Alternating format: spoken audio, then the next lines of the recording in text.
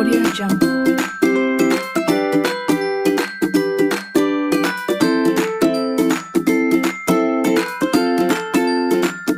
Audio Jungle.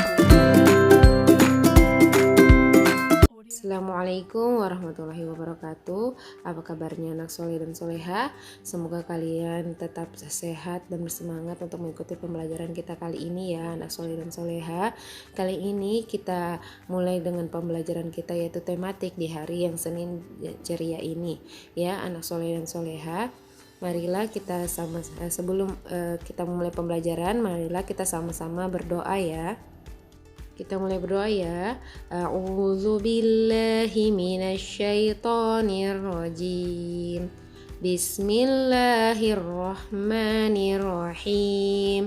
Rabbi zidni ilman warzuqni fahman. Ya Allah, tambahkanlah ilmuku dan berilah aku pemahaman yang baik. Amin. Ya. Anak soleh dan soleha, hari ini kita masuk lagi ke tema 2 di pembelajaran subtema 1 di pembelajaran 3 yaitu muatan pelajarannya IPA dan Bahasa Indonesia. Ya, hari ini kita belajar tentang itu. Ya, anak soleh dan soleha, sebelum kita belajar, kita harus mengetahui dulu tujuan pembelajaran kita apa.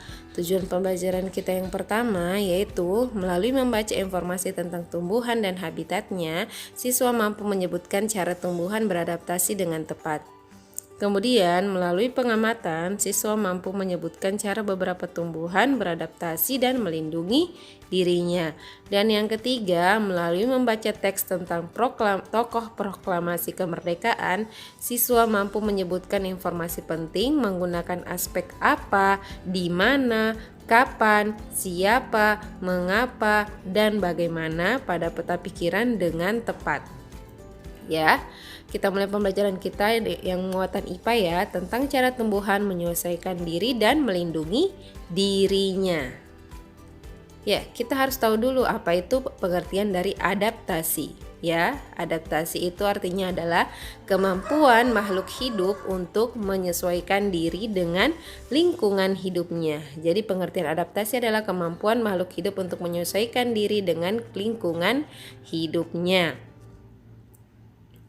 Adaptasi ini dapat berupa penyesuaian bentuk tubuhnya, penyesuaian tingkah laku, dan penyesuaian fungsi tubuh sehingga dia dapat menyesuaikan diri dengan lingkungannya. Sehingga ada yang bentuk tubuhnya seperti ini sesuai dengan kondisi lingkungannya. Tujuan adaptasi ini pertama untuk melindungi dirinya, kemudian untuk memperoleh makanan, dan terakhir yaitu untuk mempertahankan hidupnya. Jadi memang adaptasi ini untuk mencakup keseluruhan ini agar makhluk hidup dapat bertahan hidup di habitatnya atau tempat hidupnya. Seperti itu ya, sudah mengerti ya mengenai pengertian adaptasi dan tujuannya? Ya, mari kita lanjut lagi bahwa berdasarkan habitatnya atau tempat hidup, tumbuhan dibagi menjadi 3 jenis. Ada hidrofit, ada xerofit, dan ada higrofit.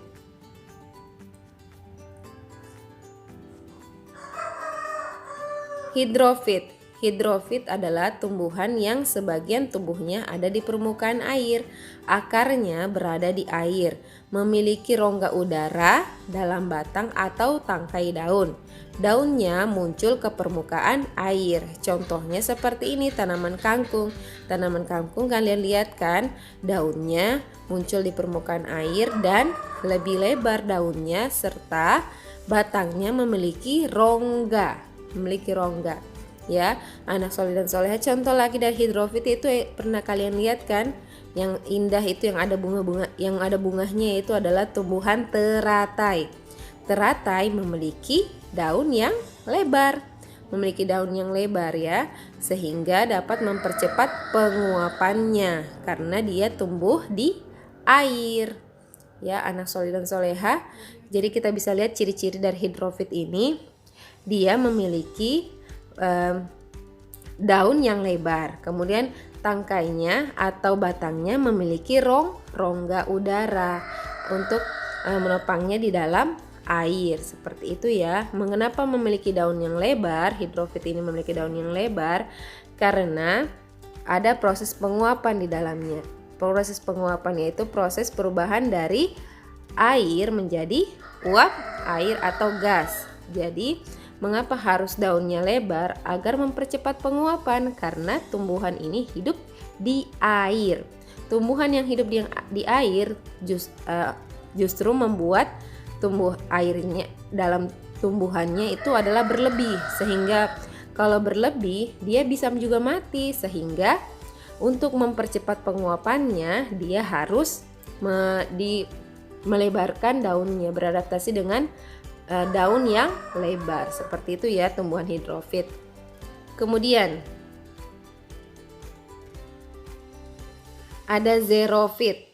Xerofit kebalikannya dari hidrofit. Xerofit ini tumbuhan yang hidup di daerah yang kering. Tumbuhan ini memiliki daun yang tebal, sempit, kadang-kadang berubah bentuk menjadi bentuk duri, sisik, atau bahkan tidak mempunyai daun. Batangnya tebal dan mempunyai jaringan untuk menyimpan air, serta akarnya panjang. Ini tumbuhan xerofit. Xerofit itu tumbuhan di daerah yang kering, daerah gurun. Contohnya seperti lidah buaya ini ya. Lihat daunnya tebal, sempit. Kemudian ada juga yang biasanya tumbuhan yang termodifikasi menjadi duri seperti tumbuhan kaktus. Pernah lihat kaktus kan? Pernah lihat kaktus? Itu duri-durinya itu adalah daun yang termodifikasi menjadi duri. Karena kebalikan lagi dari hidrofit. Hidrofit untuk mempercepat penguapan. Karena xerofit ini tumbuhan yang hidup di daerah kering, daerah gurun, sehingga dia harus menyimpan banyak air, tidak boleh menguap begitu saja. Sehingga daunnya harus daunnya harus kecil-kecil. Daunnya harus kecil-kecil sehingga dapat mengurangi penguapan, sehingga bisa tertampung airnya untuk menyimpan air yang di dalam tubuhnya. Kan kalau daunnya lebar bahaya juga kan? Dia bisa mempercepat penguapan sehingga tumbuhannya menjadi mati. Masya Allah ya, ternyata Allah menciptakan tumbuhan itu dengan adaptasinya masing-masing, dengan penyesuaian bentuk tubuhnya sesuai dengan tempat hidupnya. Selanjutnya ada tumbuhan higrofit. Higrofit ini tumbuhan yang hidup di daerah lembab ya, daerah lembab antara kering dan yang hidup di air. Seperti itu daerah lembab ya. Tubuhnya terdiri atas bagian-bagian akar, batang, dan daun. Batangnya pada umumnya tidak tampak karena terdapat di dalam tanah. Daunnya yang muda umumnya melingkar atau menggulung.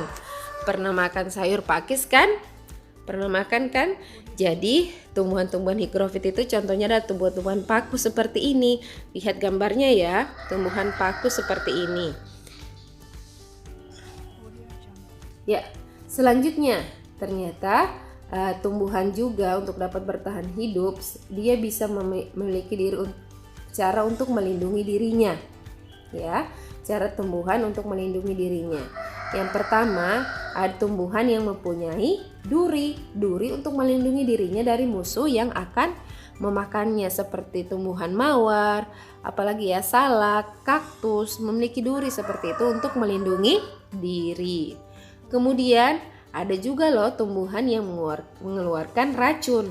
Mengeluarkan racun itu seperti tumbuhan jarak, kecubung, mengeluarkan racun agar dia tidak dimakan oleh hewan pemakan tumbuhan. Begitulah cara daun jarak, kecubung untuk menghindari diri dari musuh atau melindungi dirinya. Kemudian ada yang mempunyai bulu atau rambut halus seperti tumbuhan bambu. Bambu itu memiliki bulu atau rambut-rambut halus sehingga kalau kita pegang menyebabkan gatal. Seperti itu ya. Pernah kan pegang bambu dan melihat bambu? Semoga kalian sudah melihatnya ya.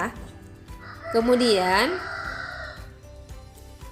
ada yang mengeluarkan bau menyengat, sangat bau. Contohnya sehingga dijauhi oleh hewan pemakan tumbuhan tersebut, yaitu ada bunga bangkai. bunga bangkai atau juga bunga yang ada di itu bunga Rafflesia arnoldi yang besar itu ya, itu bunga yang mengeluarkan bau yang menyengat. Kemudian ada juga yang menggunakan cangkang keras. Cangkang keras itu batok keras, contohnya adalah kelapa durian ya, mempunyai cangkang yang keras sehingga sulit untuk dimakan oleh musuhnya, seperti itu. Itu cara mereka untuk melindungi dirinya. Ada yang mempunyai duri, ada yang mengeluarkan racun, ada yang mempunyai bulu atau rambut halus, ada yang mengeluarkan bau menyengat, ada yang menggunakan cangkang keras. Ya, seperti itu cara tumbuhan melindungi dirinya. Ya, anak soleh dan soleha. Untuk pemuatan IPAS yang ini kalian sudah mengerti kan tentang adaptasi, bahwa adaptasi kemampuan makhluk hidup untuk menyesuaikan diri dengan lingkungannya agar dapat bertahan hidup. Bentuk penyesuaiannya itu bentuk tubuhnya, bentuk tingkah lakunya, seperti itu cara penyesuaian dirinya ya.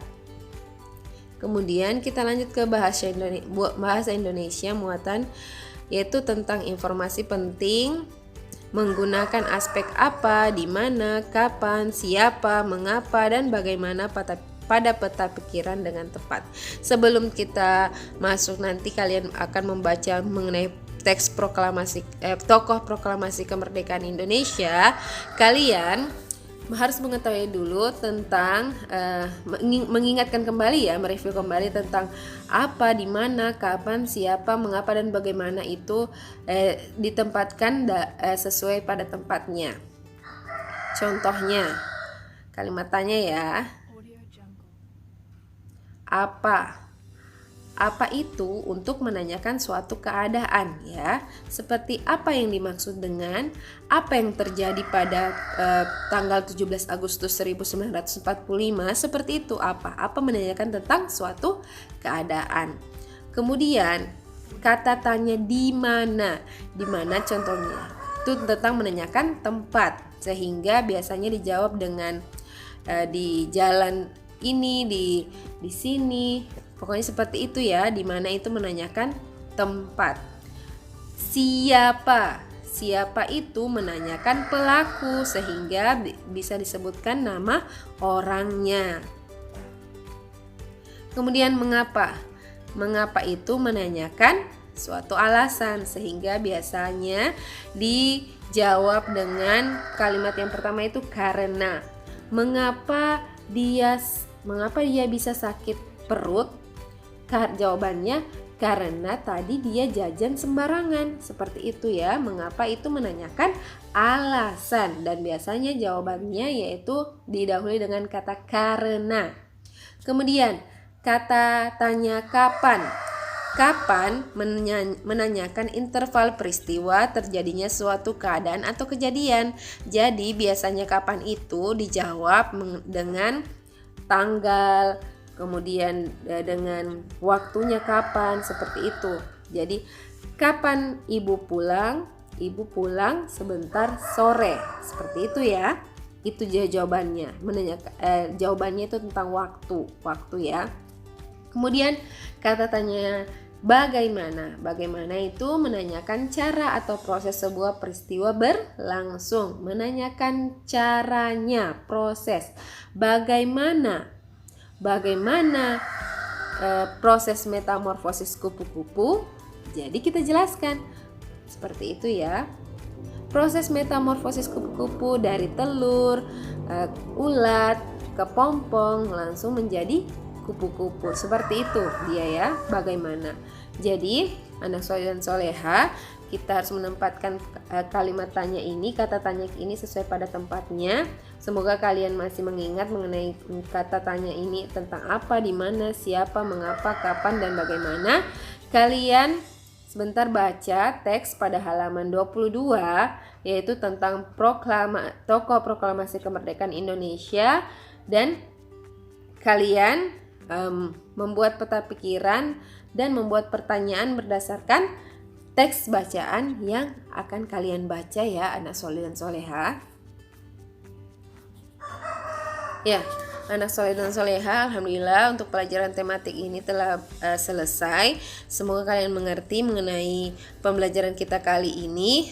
Yaitu Ustazah simpulkan, yang pertama, adaptasi itu adalah kemampuan makhluk hidup untuk menyesuaikan diri dengan lingkungannya.